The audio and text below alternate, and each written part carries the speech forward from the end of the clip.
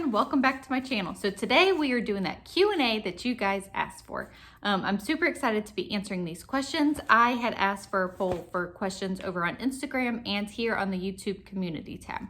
And you guys asked some really good questions. I've got a good bit of questions here. I actually printed them out on paper this time because I'm completely old school and paper just works so much better for me. I feel like I could follow along a little bit better than looking on a device. So that is what we were doing.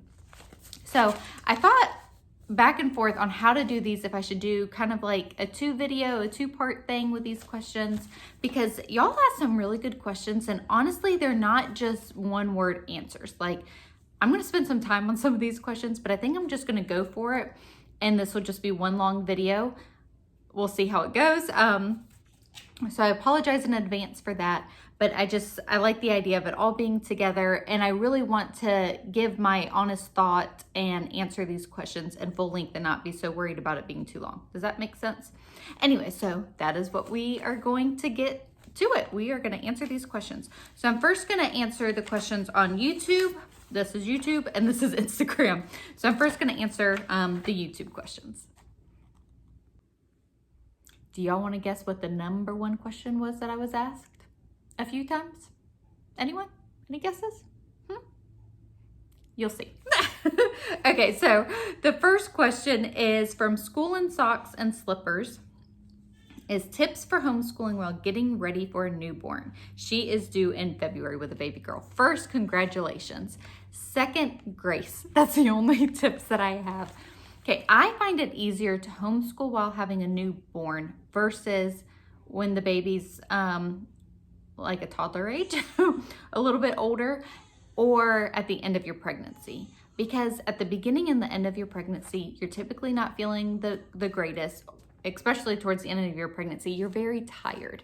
And so my tip is to take the rest that you need, focus on what's most important in school, reading, math,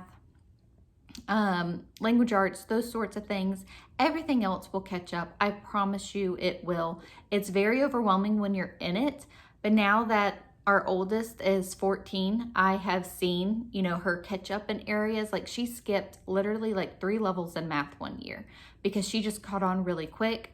I had spent like the previous year, stressing that she was behind and all this stuff. And then the next year she literally skipped 3 levels because she could pass every placement test.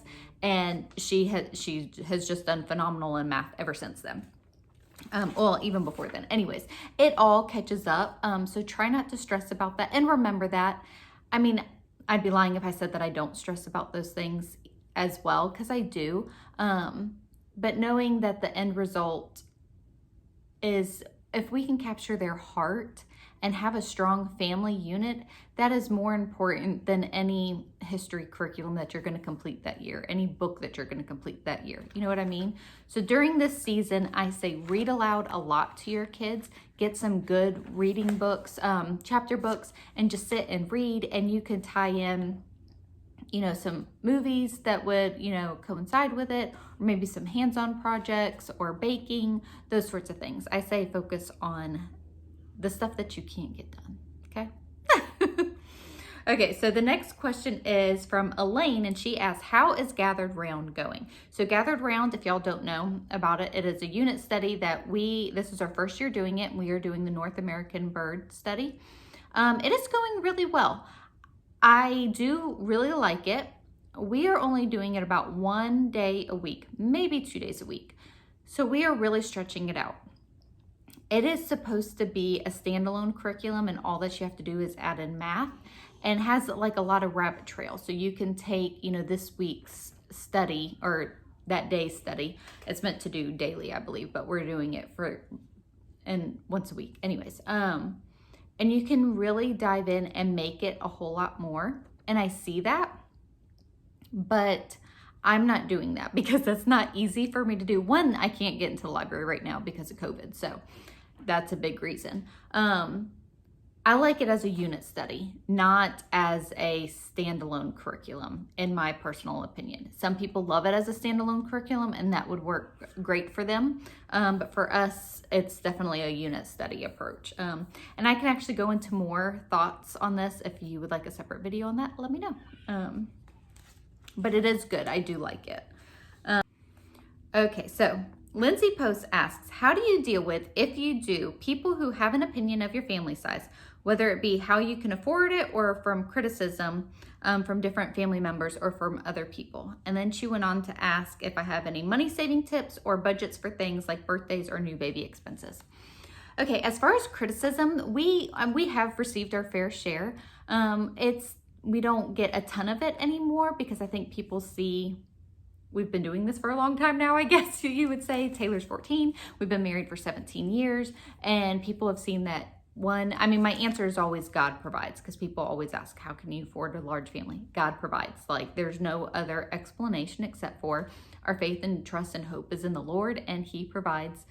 If he blesses us with 10 children, he's going to provide a way for us to feed and clothe them and, do all these things. So, and I think it's been a great testimony as well. Like, we receive far more praise now than criticism because they have seen how God has brought all that to fruition. Does that make sense?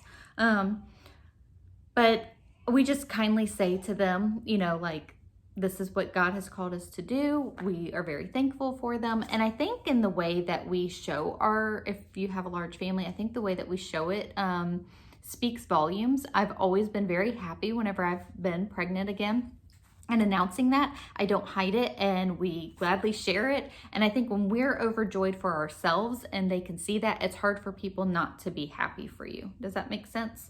So, and another thing is if you know that God has called whatever it is in your life, whether God has called you to work outside of the home, whether God has called you to be a stay-at-home mom, whether to have a large family or to have 1 or 2 children, if you are doing what God has called you to do for your family, don't let the criticism get to you, because they're not the ones living your life. Okay? As far as money saving tips or budgets for birthdays or new baby expenses, honestly, we pretty much live, paycheck to paycheck. We are a large family and we have a lot to pay for, especially in that food department. So we typically take what we get for our income tax. When we get that, we don't just go out and, let's upgrade our TV. Let's go on this, grand vacation. We always take our income tax and we put it in savings, and it is there for what we need throughout the year. Addison needed braces this year. Okay, so we had the money in savings to pay for that. Pay the down payment. And then other things that have come up, birthdays. That's typically where I pull money from for their birthday parties and for their birthday gift. And the same thing, if we happen to need any new baby items, I pull it from that as well. Now, when that runs out, I don't buy anything. Like, it's just that simple. And if that has happened, and it has plenty of times, God provides those things that we need.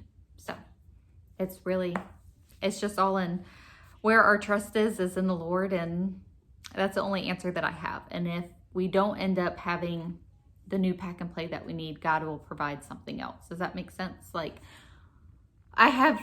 for baby items, I have saved everything for the most part, but we have had to obviously replace some things over the years because, 10 kids and all. So anyways, Heather Woods wants to know, how did your vegetable garden turn out? So it turned out pretty good. I'm happy with what we got, and I learned a lot this year. I really, really wanted a bountiful, I really wanted baskets and baskets of produce, and I wanted enough to be able to share and bless others. I did not have that. I can't remember when it was. We live in Florida. It gets hot here, and it gets hot quick. We don't really have a true spring. We go from winter to spring-like to summer, bam. And we had a very high heat index for 2 or 3 weeks. In early May, I believe it was. And that just ruined my tomato plants. I still got fruit from them, but not as much as what I would have. And my other biggest battle this year was pickle worms with the cucumbers.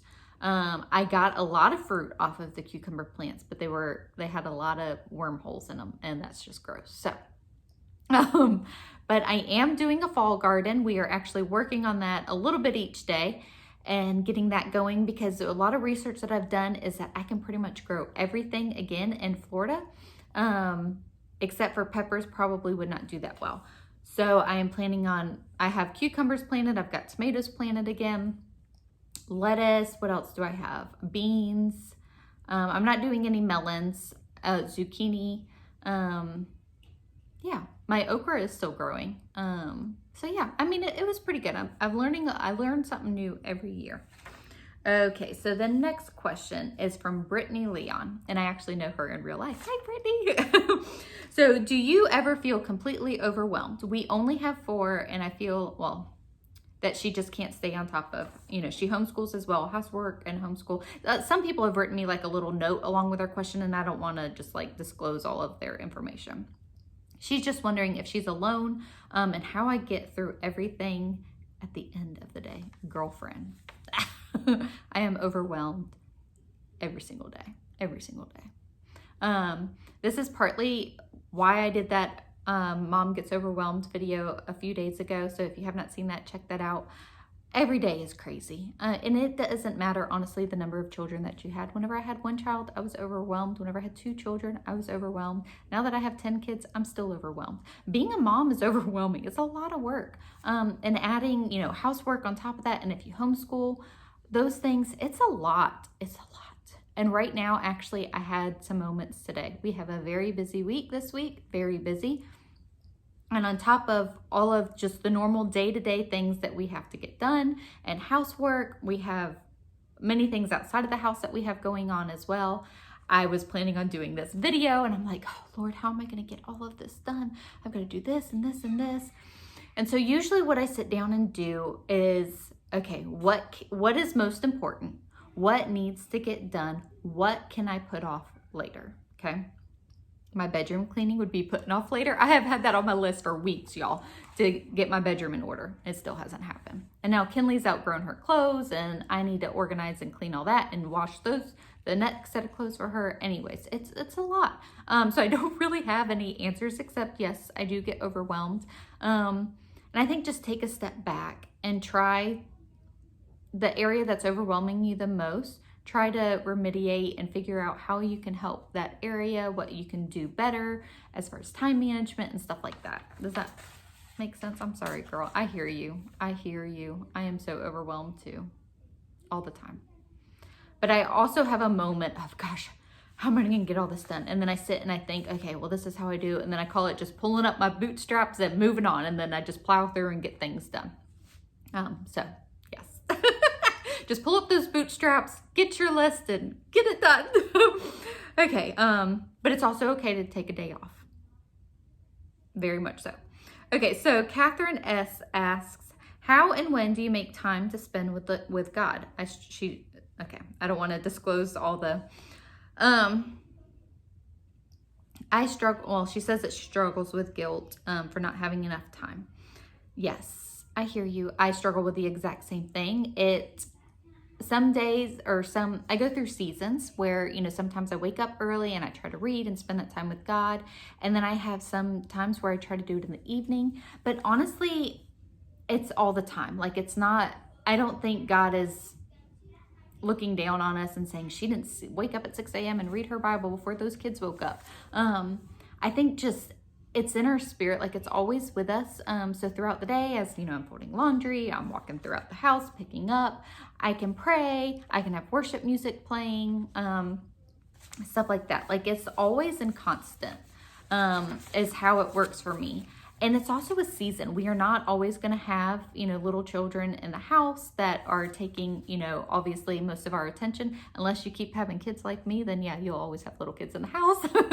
But God also knows that. And God helps feed us through those busy seasons as a mom. So God does not want you to have guilt. That is, God is not putting that condemnation on you. So you need to release that and let that go. And just pray and ask God to help you, the little snippets of time, to stretch it to be exactly what you need. So if we only get 5 minutes in the Word, ask God to help that carry you through the day. Like God isn't looking for you to spend an hour a day. Okay. What we have is what we have, and God will make it stretch, just like finances. Okay, so Mama D and family asks, what techniques do you use to discipline your children, and how do you deal with when they are going through difficult seasons, constantly misbehaving and acting out. Okay, so I will tell y'all gladly what we do, but I need to get some water, sorry. But I want everybody to realize that discipline is what's going to work for each family. You know, just what we do may not work for y'all. And I don't want anybody to think that, oh, I need to do it this way, or one that other people would frown upon you because you discipline by having your kids write sentences or whatever. You have to do what works best for you. But I will gladly share, you know, what works for us. So during this, we actually have had a child as well that has been very difficult. And I thought each year on their birthday that, oh, they're going to be 3. 3 is going to be a better year. It wasn't. 4 has got to be a better year. It wasn't. 5. Surely by the time that they are 5 years old, they will start acting better. They did not. Okay. Some kids are just a little bit harder in those areas. So first and foremost, I believe that discipline starts at day 1, meaning when they're toddlers or as soon as they're mobile and they're getting into things. I think it's important to start disciplining them, get them to learn the word no, and to be able, you know, that they need to listen to you and obey what you are saying. That's one thing that I see a lot happen is people baby-proof their houses to the T so the child doesn't have an opportunity to get into anything.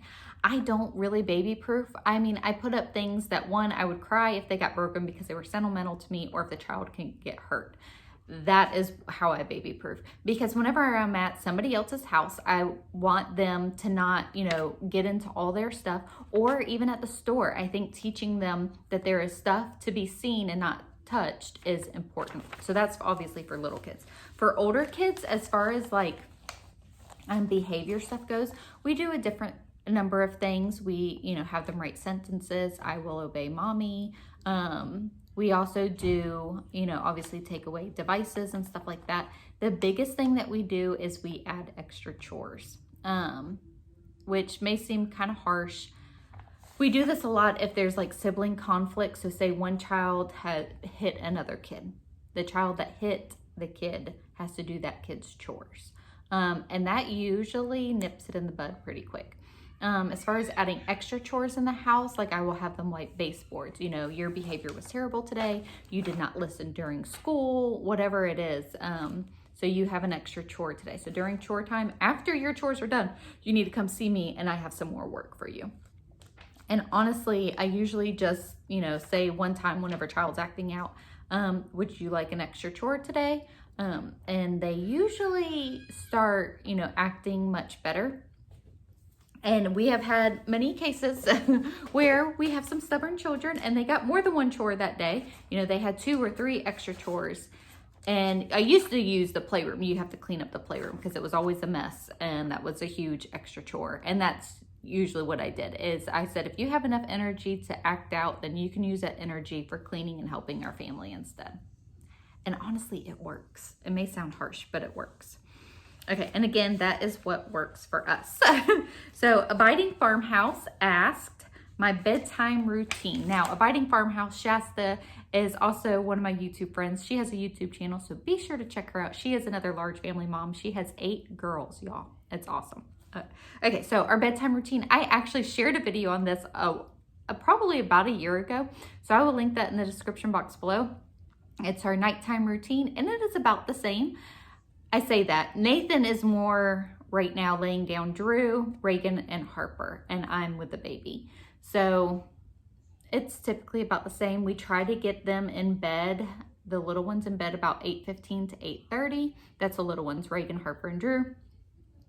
And then Jackson, Miley, and Logan go to bed at 9. And then the older girls go to bed at 9:30. Now I say all that. That's the plan and that's the goal. And we are actually in a very bad place right now with bedtimes. We are not doing a very good job at it. And Nathan and I were actually talking last night. We are getting back on track tonight. So I announced it to all the kids. Tonight we are starting back on track for getting to bed on time. Because that allows Nathan and I to have some time together. And that's important too. So anyways, I will put a link to that video in the description box below. It's whenever Drew was a baby too, so he's really cute. So go watch that. Okay.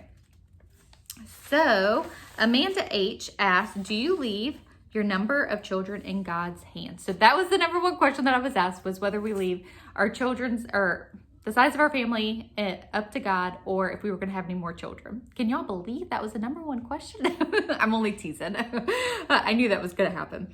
Okay, so yes and no. We do leave it up to the Lord, but we also, so when we first were starting out having our kids, it really overwhelmed me by saying we are trusting God with our family size 100%, because to me that meant that we would possibly have 20 kids, and I needed to prepare. I was like, we can't afford 20 kids. We can't afford a house big enough for 20 kids. We can't afford a vehicle big enough for 20 kids. Food, like we cannot afford this. And God really spoke to my heart and was like, live for the now, not for the what ifs. And at the time, I think we had 2 or 3 kids, so it's kind of funny. And focus on now. So how I approach it is I pray after every baby if I feel like God wants us to have another baby. And Nathan would more sit and say that we are trusting God with our family size. Because that's just how we work. So that doesn't really answer the question. I mean, I do admire the people that just say that 100%, but it just overwhelms me. So that's what works for me, is praying after each baby. And so far, I have felt that God wanted us to have another baby. So I guess that would be trusting God for our family size. Yes. Okay, so I did those. I'm getting off track. I thought paper was going to keep me on track, y'all. Okay, Amanda H asked another question. What do you enjoy doing for you time on a regular basis? Also, do I have any favorite books or TV shows that I personally enjoy? So me time right now is kind of, you know, I don't get a ton of it because I have a new baby. So I really enjoy going out to eat with my friends. And usually it's not a planned thing. Like it's like after a really rough day as a mom, I'll just text some of my friends, hey, do you want to get together for dinner tonight or tomorrow? And usually throw together something like that. That's one thing that I really enjoy. I enjoy shopping. I really enjoy doing crafts as well. I used to do a ton of crafts. So much so that I had a craft room. I don't have a craft room anymore. We don't have room for a craft room anymore. But I enjoy crocheting. I just do any kind of DIY projects. I really enjoy refinishing furniture, but all these things are kind of like just hit or miss. Like, oh, I saw a desk and I want to redo it. You know what I mean? Like, I don't just have a ton of refinishing projects going on. My biggest project right now would be gardening. That is probably my most favorite thing to do, is gardening. It just does something, it just does something to me and for me that I just really enjoy.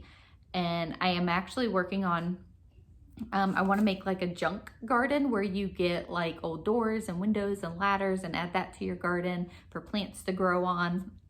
I just really like it. And anyway, so that's one thing that I like. I like a lot of things. I'm really complicated. I don't just have one set thing. Okay, so my favorite books or TV shows that you personally enjoy. Okay, I used to read a ton, and I just have gotten away from it. I really enjoyed the Jeanette Oak books. That's all those up there. Taylor has really fallen in love with those too. I really like anything kind of like in that genre. And Mere Motherhood was a book that I absolutely loved. I actually shared that recently too. I'm rereading that, so that's why it's on my mind. And TV shows, I am not currently really watching anything. Like at all. I don't think. I'm watching Heartland with Payton, and that is here and there as we again have time. And one show that I really did enjoy was Poldark. That was on PBS Masterpiece. I kind of like stuff like that. I really enjoyed that show, but fair warning, there was some stuff in there that really made me kind of like fast forward through, or maybe I should stop watching. I don't know. I don't want to like say what it was. There was a couple parts that I was like, ugh. So just fair warning there if you end up looking into that show. That probably sounded terrible, but just if somebody watches that and just this part, anyways. Oh, that sounds terrible. But anyways, moving on. I'll just move on, okay? Mayra Lyra asks, will you encourage your children to attend college or university? And did me or my husband go to school beyond high school? So I actually did not go to college. I graduated from high school and I was 19 when we got married. I really did want to go to college, but I ended up working and getting married and I wanted to have babies. So there you go. Nathan did do, I think, 1 year of college and decided that it wasn't for him, and he had gotten a good job, and that's actually where he still works today. And so that's just kind of how it went for us. I will, yes, encourage my children to go to college. Where we live, they can actually dual enroll as homeschoolers, and I'm really going to encourage them to do so. Now, if they would prefer to do some sort of trade school or something like that, I think that is as equally important as college, and I will support that choice as well. So yes, I will encourage my children to do that. My goal for them is if they could do the dual enrollment and if they got their AA, at least have that. Even if they didn't feel like they were college bound, I want them to at least achieve that, because then they could always fall back on that later on in life if they needed to. Okay, so Emma Chandler asked, will you have any more beautiful kiddos? So I don't know. We are actually in a place where we really are seeking God and praying about it, because it changes our dynamics adding an 11th baby. We are at max capacity in our van. We need a new van regardless, because having 12 people in a 12-passenger van is a lot. We really need to upgrade to a 15-passenger. So we are praying and believing God for that. As far as our house goes, I feel like we could add an 11th child pretty easily. So that really isn't an issue, but we only have 2 bathrooms, and that is getting a little bit harder. So we are just really seeking and praying and asking the Lord what he has for us right now. And that's all that I can really say. We kind of are in an overwhelming season as well, not just the kids, just life in general. And we just we don't take it lightly adding another baby. So that's where we're at. So I don't know. We'll see what God has. Chances are pretty good, yes. Lisa Russell asks, kind of personal, don't answer if you don't want to. Why did you choose not to breastfeed, or was it not your choice? Okay, so I've actually been asked this several times through Messenger or on Instagram or in the comments. And I did answer those one-on-one. I thought about putting it in Kinley's update of why I'm choosing not to breastfeed, but it is personal, so I didn't just want to put it out there. But since you asked, I don't mind answering. I really don't mind sharing my story if it helps encourage any other mom or woman out there. So anyways, I actually had a breast reduction 6 years ago. At that point, we had 6 children, and I had successfully nursed about half of them for a year or a little bit longer. And then the other half, actually 2 of them. So 2 of them were pretty much fully formula fed. I nursed for 4 weeks, our first baby, and our second baby I nursed for about 11 weeks. And then they were on formula after that. And then the other kids after that, I did nurse for a year. So it was getting harder and harder for me pain-wise. I had a lot of neck and shoulder and back pain, and I chose to have a breast reduction. 100% happy with my choice. And I would actually gladly go and do it again. But going into it, I knew that there was a chance that I would not be able to nurse. Like, they were upfront with me and they told me it's about a 50-50 chance.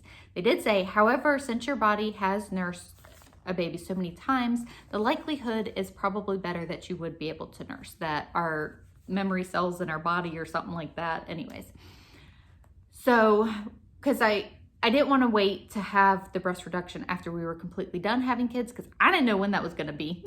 And like I said, I was having a lot of back and neck pain, and it was just worth the risk to me. So anyways, moving forward, we had Reagan, and I was very hopeful that I would be able to nurse. I was nervous, and I had contemplated not even trying. And my OB at the time said, just try. If it doesn't work, then, you can stop. And I was like, you know what, you're right. So I did try to nurse her, and I lasted about 4 months. However, I had to supplement the whole entire time. So I literally sat for like 45 minutes trying to nurse her, and then I still had to give her a bottle. And that was hard and exhausting. I was also trying to pump to see if that would help as well. And I did every supplements under the sun. I did it all. And it was just exhausting. So I stopped at 4 months, and then she was bottle fed. And then we had Harper. About the same experience happened, except I lasted 7 months trying to nurse her there.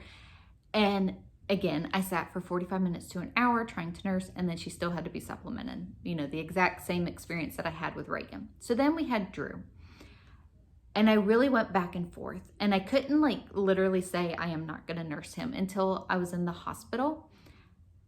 One, he was severely jaundiced and had to be underneath the lights. And I obviously needed him to be going to the bathroom to get the jaundice out and all that. And my milk does not come in until like almost 2 weeks postpartum now. So I kind of don't really have a choice now. So with Drew, I did, and also with both Reagan and Harper, I had to use a breast shield because it just wasn't working without it.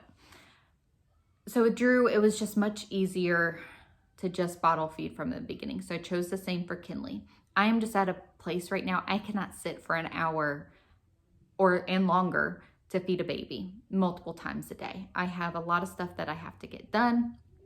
I have other children that need me. And if I was doing that, a lot of the work would have to fall on my older girls from, you know, meals and dishes and laundry, you know, just those sorts of things. Now they do help out a lot as it is, but I didn't want to be tied to a chair for so long and still have to supplement. Does that make sense?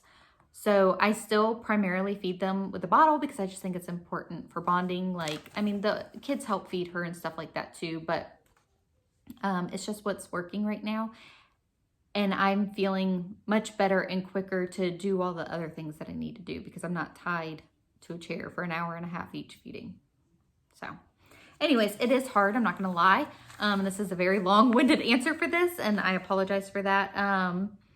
But it's what works now because my body isn't working anymore. Okay, so California mom said that she got Chick-fil-A because of my last vlog. Chick-fil-A is so good. I could have some Chick-fil-A right now. How do I juggle everything that you need to get done?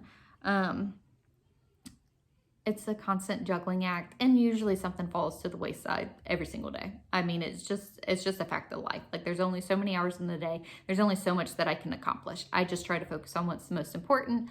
My kids help with household stuff, with chores and stuff like that. My primary focus is school, or if I need to take a day off from school so I could focus on, you know, say cleaning the house or something like that, we do stuff like that. But it's a constant juggling act, and you just get it done. I don't really have a set answer or, you know, a way that I get things done. It's just, you just do it. And I try to make things as easy as possible. And I'm really bad about putting too much stuff on myself because I enjoy doing many things, and that's my downfall, is I try to do it all. So I'm not Superwoman, I promise. Okay, Angela Portis asks, oh, she just left me a sweet comment. Thank you, Angela. I did read this earlier. You're so sweet. Thank you. Okay, so Heather Cheatham, how do you say your name? I'm sorry, Heather. What has been the hardest struggle for you as a mom and dad with a big family? She can't remember, but did we always want to have a big family? And any tips for people starting out who want to have a big family, from financial to homeschool to discipline? So I've said a good bit about homeschool and discipline. So our hardest, oh, first off, Nathan and I did want to have a big family. This was actually kind of planned, y'all. We just have always had a love for children, and we just wanted to have a big family. And we do truly believe that children are a heritage of the Lord as well. And that obviously goes into a lot of our decision. So our hardest struggle is when more than like 3 children need you at once. That is really hard from just normal day-to-day stuff. Like, it can just be a very chaotic day, and then one child comes in and is like, Mom, I need this, or da-da-da-da, and then another child comes in and is like, I need help with this, and then somebody else comes in and asks us a question. It's like, it can be very overwhelming and a lot. And I just try to do the best that I can. Like, I am only human, and like I said, I can only do so much. And I try to be there for each of them as much as possible, and just do my best. And I believe that God supernaturally helps me throughout the day achieve those things. I do lose my temper and lose my cool. Trust me, I'm not perfect. But God just kind of helps me facilitate those things. That's all that I can do. So as far as financial, we try to stretch every dollar possible. I believe that we are very frugal. We always seek out the cheapest and the cheapest product and the best quality, or the best quality for the cheapest price. We shop around, we do thrift stores a lot and stuff like that to stretch the dollar.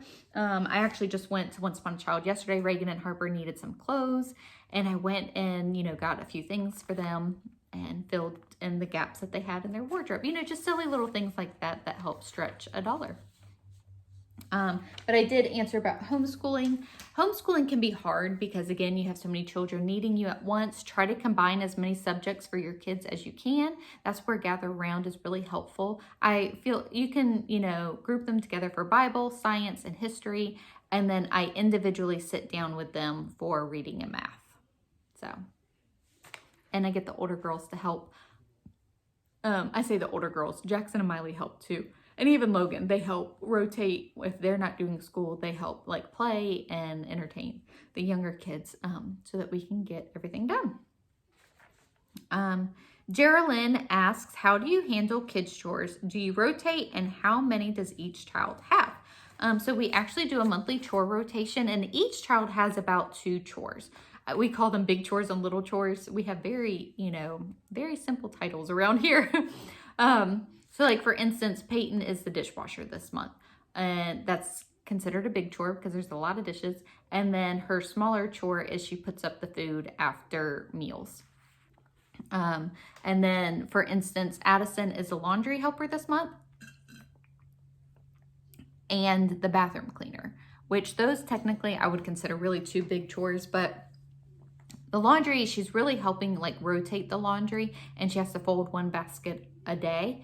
And then bathroom, she cleans the bathroom twice a week, or if we're having company come over, I ask her to clean the bathroom right before people show up because the bathroom's always a mess. Anyways, I actually do have a video explaining how we do chores that I did about a year ago as well, and I will link that in the description box too. It's a juggling act with the chores too. But I have found it to be easier to do it monthly than weekly, because weekly I couldn't remember who had what, and by the time I was used to who had what chore, it was a new week and it was just a mess. So monthly, it gives us enough time of knowing, who is doing what chore. And it also is giving that child more time in that area to get more efficient.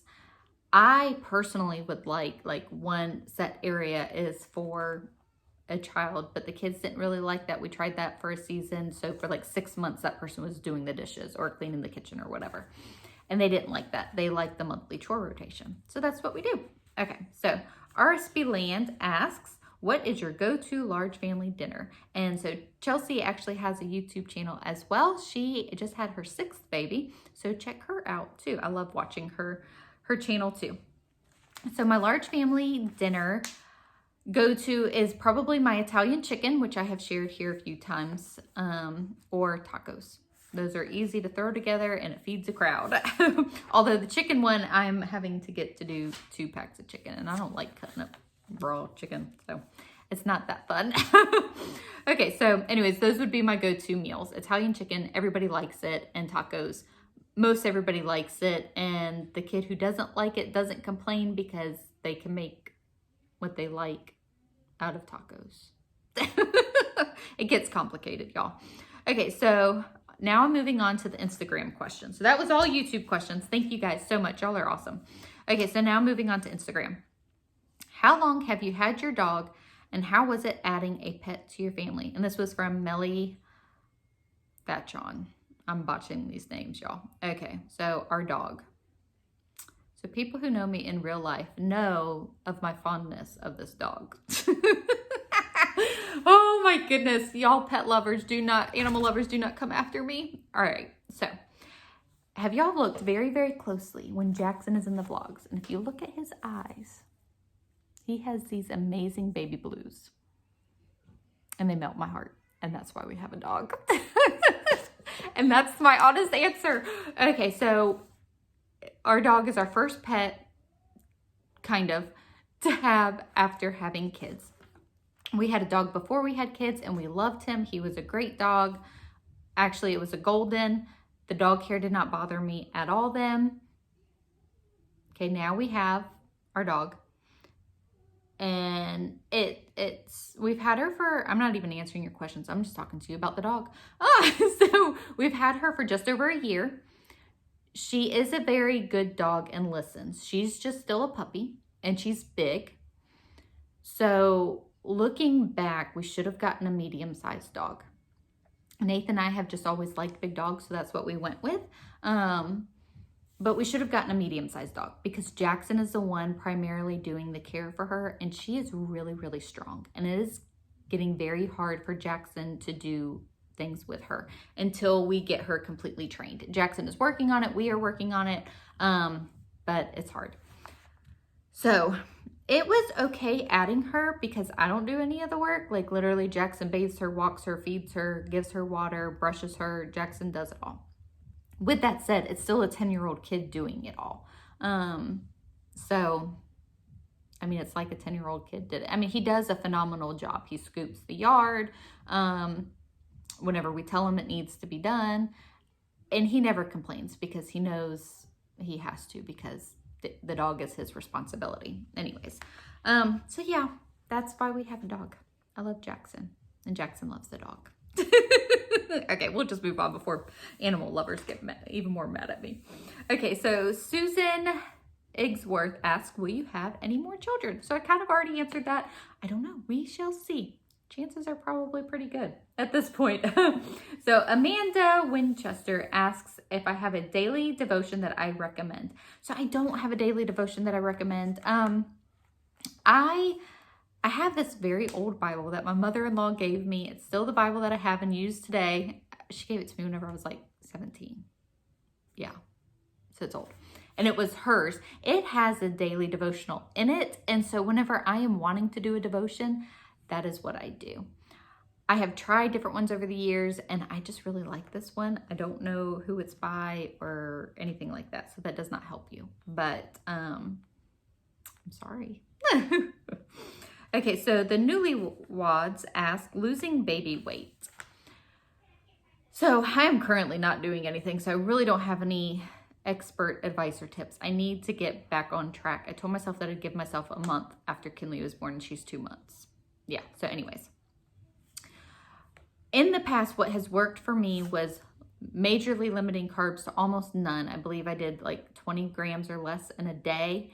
High protein and like whole foods and exercise. And I wasn't like a huge exercise buff. I just did some stuff at night after the kids were in bed. And it really honestly did help me make me feel better. I have got to get back to doing that. So really just limiting your carbs, cut out all the junk, soda, sugar, and drink lots and lots of water. That's really all that it takes. And I need to start doing it. But yeah, anyways. I hear you. I'm just not there right now. I'm really just enjoying eating.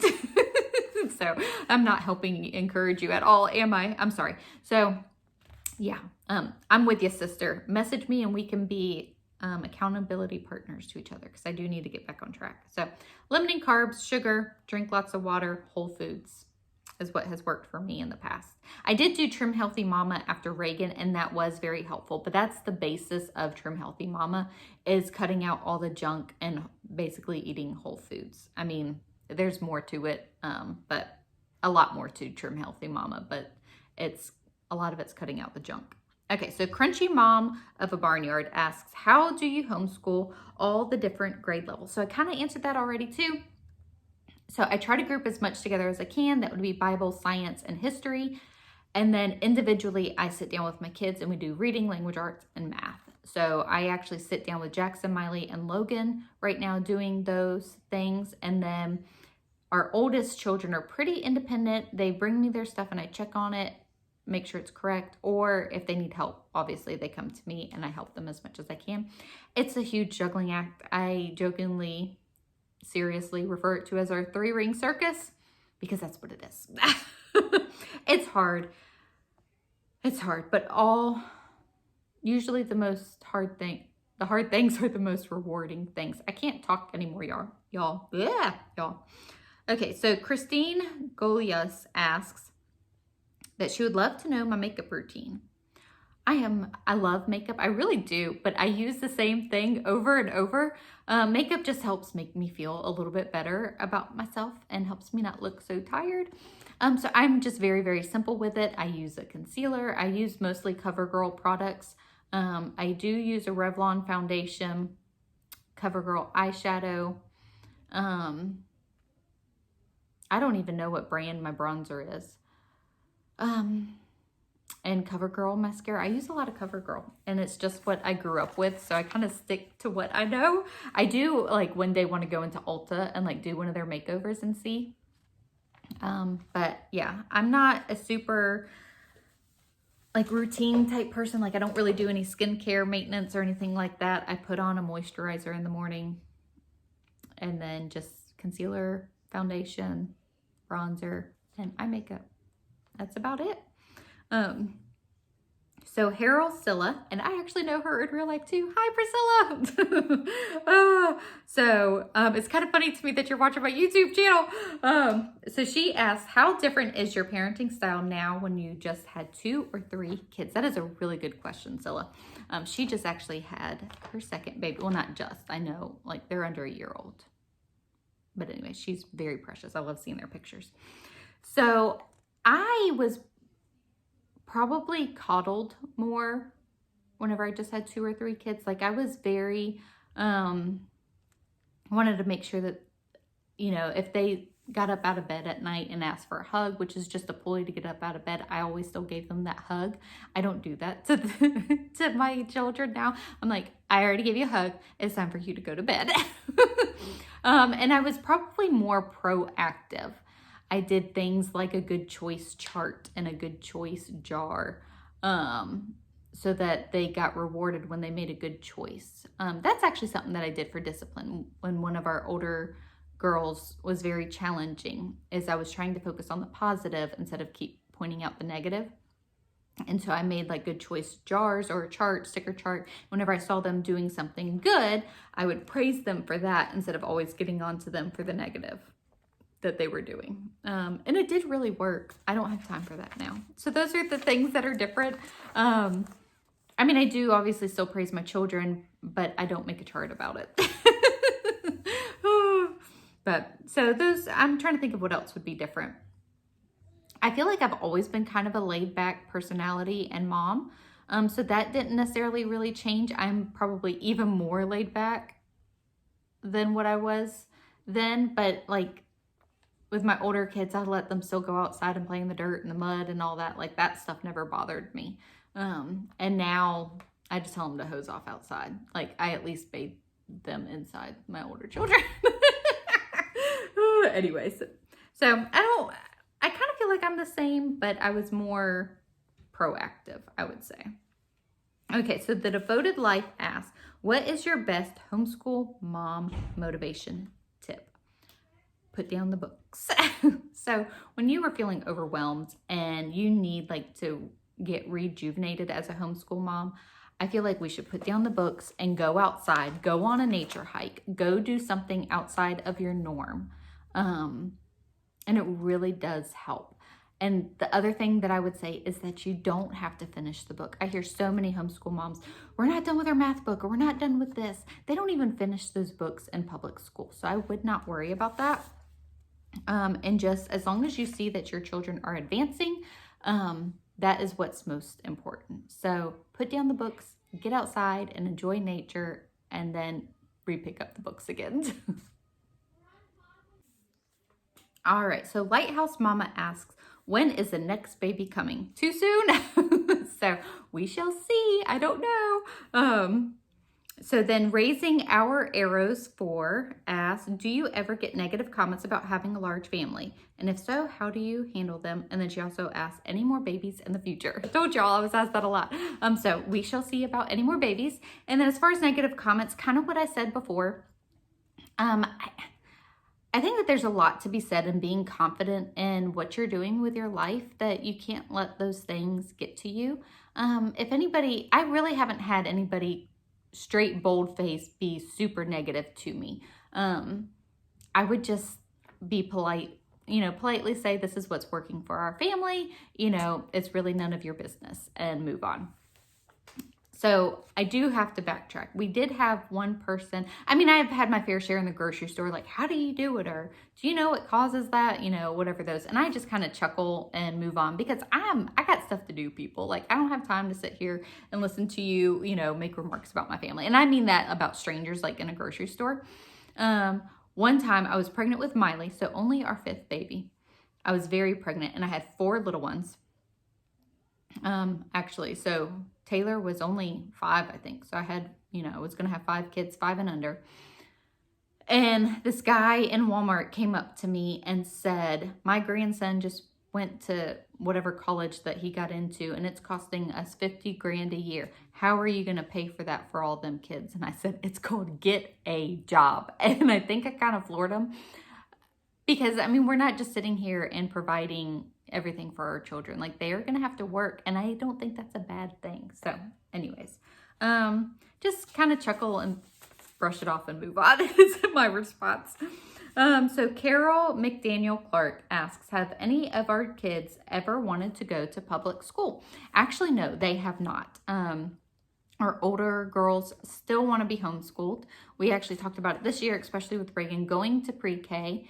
She is our first child, in case y'all are new here, to go to a pre-K program. Jackson, Miley, and Logan have asked about going to school, but they want to go to the private school where Reagan is doing pre-K. Pre-K is free. The other grades are not. But they only want to go there because they have friends that go there. And whenever I ask them, why do you want to go? Because we want to play on the playground that's there. Because we want to see their friends. And we see their friends. And actually we can go on that playground and play on it on the weekends. So I'm like, well, I think that we will still continue to homeschool. But I am completely open to them going to school if that is what we feel would be best for them. And we just take it kid by kid and year by year. And then actually we had another question that said, is anybody jealous because of Reagan going to pre-K? No, nobody's really been jealous. They're all super excited for her and enjoy hearing about her day. And it's really gone very well. I would say Harper says the most things. So Harper is 3.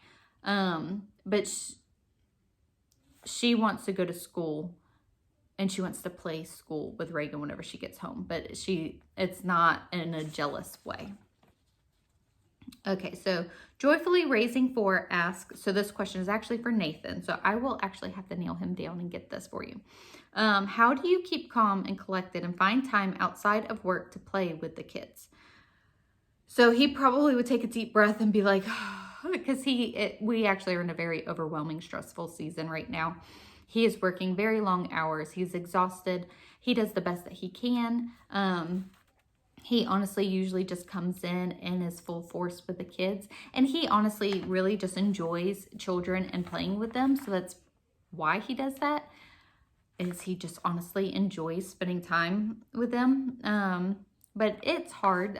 There's days like, actually tonight is one of them. Like I said, we have a lot of things going on outside of the house this week too. And so I told him, I was like, you know what? Tonight's Wednesday. We normally go to church. I was like, we're not going to go to church. Well, he normally takes kids to church and I see him with the little ones. It's like, we're not going to go to church. We just need to have a night here.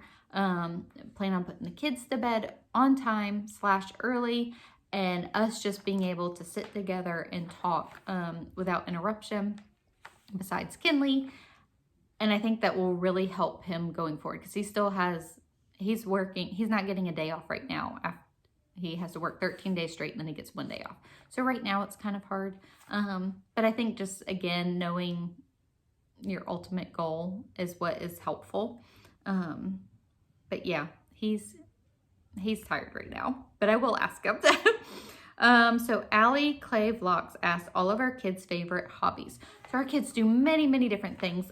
All of them love being outside. Addison actually really enjoys helping me in the garden. Taylor is a reader. She loves to read. And she actually was my huge garden person last year, but she's not that into it this year. She wants to read. And now Addie's my garden helper. Addison is also very, very crafty. She makes some amazing things. She's like out of literally garbage. Payton enjoys horse riding. Jackson is any sports related, anything. He's in it. Jackson Miley, she's actually starting horse lessons this week. And she really enjoys playing outside too. Logan, same thing, outside and sports. Logan is actually really creative too. He makes some and draws some pretty cool things for his age, I think. Logan, Reagan, and Harper and Drew are just busy playing and being kids right now. Okay. Crunchy Mom of a Barnyard asks, what's your opinion on birth control? Okay, so this is a loaded question. I obviously don't use any form of birth control. And I actually have a lot of ladies at church and some of my friends when they're getting married, my opinions and how come we don't use birth control. So I first and foremost tell everybody that they need to first pray and they need to do their own research and form their own opinions, because I don't ever want to come off like my convictions should be everybody else's convictions. I can only answer for myself, and I am personally not comfortable with any birth control that's on the market.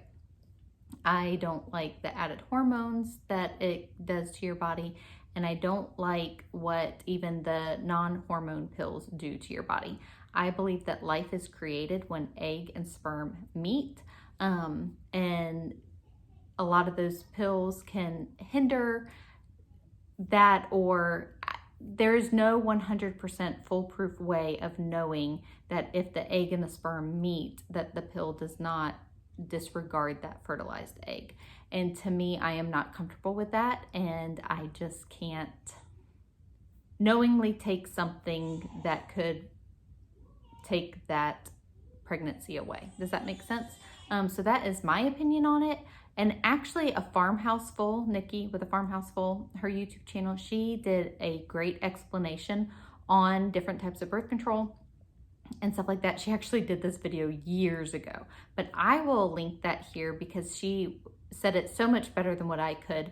And that is honestly the same convictions that I have. And she is just much better at explaining it than me. She just has a lot more knowledge and is just, says things a whole lot better than what I can. So I will link that and y'all can check that out. Helen Edwards actually asked what worship songs were on your playlist for labor. So I actually had a good bit of worship songs on there, and I've talked to her on Instagram. So I will actually message you the songs that I had there because she's expecting again, I believe is what she, is what she told me. So I will message you those songs. I'm really bad with this song names and all that. So I will just message that to you. One of my favorite songs right now is actually Zach Williams and Dolly Parton. There Was Jesus. Yes, that's the name of it. I really like that song. So April Wood asked, how do you budget for a family of 10? So again, if we don't have the money, we don't buy it kind of approach. We are very frugal minded. We stretch every dollar possible. Our van is so old, y'all. We don't have a car payment. We do have a truck payment. It's almost paid for. We try not to go into debt if at all possible. Except for we did choose to have the truck payment, but it's almost paid for. And like, for instance, our TV that's in our living room, it's not a smart TV. Would we like to have a smart TV? Yeah, but our TV works, so we're not going to just buy a new TV for the heck of it. You know what I mean? Like, we just are very, very frugal. We don't spend the money that we don't have. And for instance, like, we have one computer, and I have 5 kids that do math on that computer every single day, and I do all my YouTube stuff on it. And yeah, it's hard, and would our life be easier if we had 2, 3, even 4 computers? Yes, it would. But we make it work. That's kind of like our life motto, is we always make things work to the best of our ability. There's no the thing that we have to remember is that children are not expensive. Lifestyles are. And children are as expensive as you make them. We don't go out and buy the newest fad or anything like that because it's just not important to us. And actually, Nathan and I may not even have been married at this point. Nathan has an uncle who has 9 kids now. At the time, I think they had 6. And he said something that still sticks with me today. He's like, yeah, children can be expensive. He was like, but they are a bigger blessing. And he was like, yeah, I could drive a new vehicle or I could have more children. And it's just where we put our money. You know what I mean? Like, we have to buy groceries for our kids and, put a roof over their heads. I don't have to buy them name brand clothing or, name brand shoes, or everybody have their own individual computer. So it's as expensive as you make it. And we don't make it very expensive because we don't have that kind of money. Okay, so TMF622 asks, any more children? We shall see. So I really don't mind that question. I'm just kind of being goofy. Okay, so Helen Edwards actually sent me a message and asked if I ever feel pressure from people online that I'm not a good enough mom because I don't get caught up in the latest fads of mothering, such as super healthy eating, low tox life, no packaged food. Do I ever experience this, and how do I deal with it? So there is definitely a pressure, especially online with social media today and all this stuff. But I think it's so important to be true to who you are. God called you to be your children's mother, not another form of you or not somebody else. And I'm just there in my life with no apologies. I am me, and this is who God called me to be. And honestly, the fads and stuff just don't really, I'm not a huge fad person. I don't really strive for that by any stretch of the imagination. And I think just being confident in who you are and who God called you to be says a lot. So just know that and own it, girl. All right, so that is the end of the questions, and this video is probably entirely way too long. I apologize for that, but I really wanted to give my full thought and answer to the questions, and they were some juicy questions there. So please remember that this is my thoughts and convictions on some of these questions, especially about birth control and discipline. Like, you really need to do your own research and thoughts on those matters as well. I really don't want any haters coming after me for my thoughts and opinions, but this is where God has brought me to, and that's all that I can do is answer from my point of view. So anyways, I hope that you all enjoyed. I'm sure that we will do another question and answer at some point. Thank you all so much for your questions and for your support. I truly appreciate you, and we will see you in the next video. Thanks. Bye.